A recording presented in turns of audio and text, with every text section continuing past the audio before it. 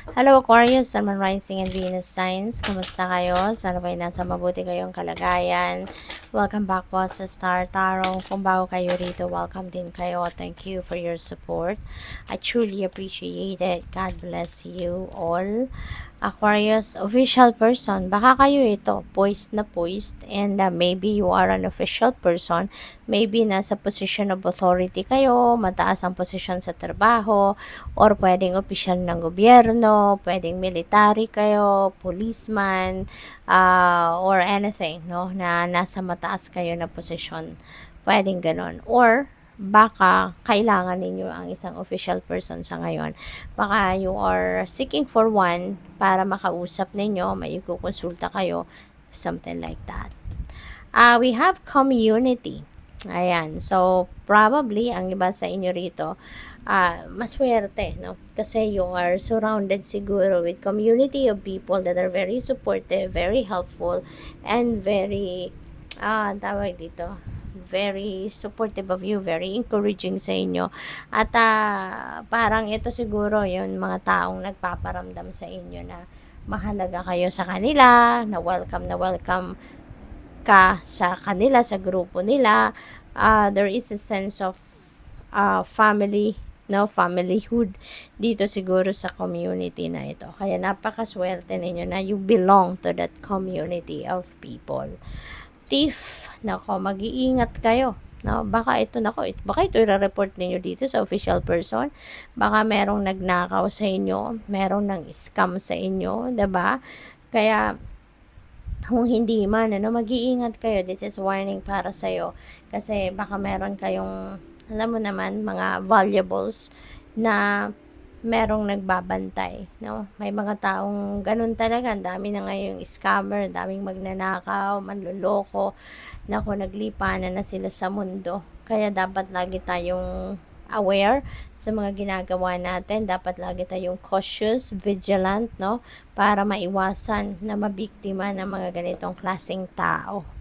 What else? We have courtship. Yan. Ay, kahit sa relationship, 'di ba?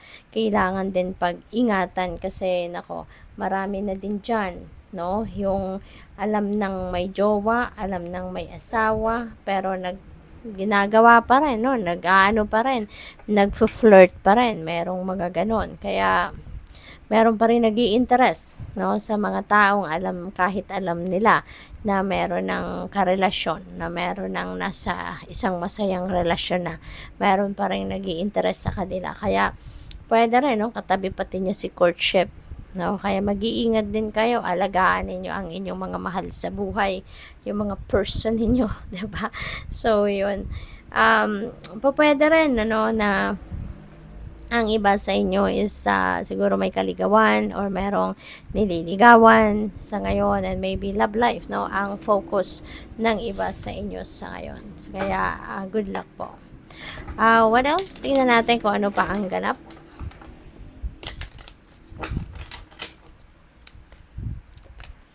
We have 8 of Pentacles. Ayan. So, ang sipag ninyo, no? You are working diligently on your craft. Focus sa trabaho. Committed kayo. Devoted sa trabaho. Mukhang masaya. Mukhang masaya siya. So, probably, ganun din kayo sa trabaho ninyo. Masaya kayo. You're enjoying what you are doing. Maybe you love, no? You love your job. Kaya masaya. Nag-i-enjoy siya dyan. So, pwedeng ang iba sa inyo, may bagong career, no? At baka yun, career na yun, yung gustong-gusto ninyong maging karera talaga. Pwedeng ganon. Focus ng iba sa inyo dito din sa pag-aaral, pagmamaster ng inyong craft. Maaring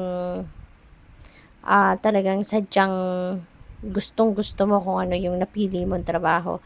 Kaya nagsisikap ka, no? Na galingan talaga. 9 of Swords in reverse. So, maybe magandang magandang sitwasyon nito na kasi baliktad na siya. So, ibig sabihin na overcome mo na dito yung stress, na overcome mo na dito yung hirap, na overcome mo na dito yung yung anxiety, yung hirap na naramdaman ninyo in the past few days or few weeks, ngayon maaaring nahanapan nyo na to ng solusyon. Maybe ngayon, the depression is coming to an end, no? You are letting go of stress, you're letting go of anxiety, no? Kaya maganda to na matutuwa ka na ngayon na problem solved na, ika nga, you're moving forward. Knight of Wands, may travel ang iba sa inyo rito. At maybe yung travel na yan is an adventure para sa'yo. Or, pwede rin na you are going to start to keep moving para ma-address mo kung ano man ang problema, kung meron man, or maybe you are taking action para masimulan mo na kung ano man ang mga gusto ninyong makamit sa buhay, ma-achieve, ano man ang goals ninyo, baka you're going to start taking action para ma-achieve mo yon, para marating mo na yon. So, ngayon, gaganahan ka na. There is drive, there is focus, determination, kaya good luck sa'yo. What else? We have High Priestess. Sa lahat ng ito, divinely guided kayo, no? Aquarius, you're very blessed. Ang mahalaga dito, i-access ninyo yung guidance para sa'yo. Divinely guided ka, spiritually guided ka. Kaya sundin mo, pakinggan mo yung inyong intuition. Kasi when you allow your intuition to be your guide, dadalhin ka nito sa tagumpay mo. Kasi dadalhin ka nito sa tamang daan. It will lead you towards the right path, kung saan kayo dapat mapunta. At kung ano ang dapat ninyong gawin, you will be yung path patungo doon, sa dapat mong puntahan will be illuminated for you. Ipapakita yan sa'yo. You will be shown the way, kaya hindi kayo mahihirapan.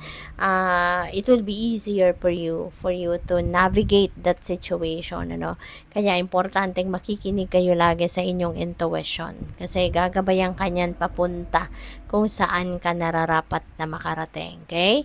Good luck. Thank you for watching. Love and light. Namaste.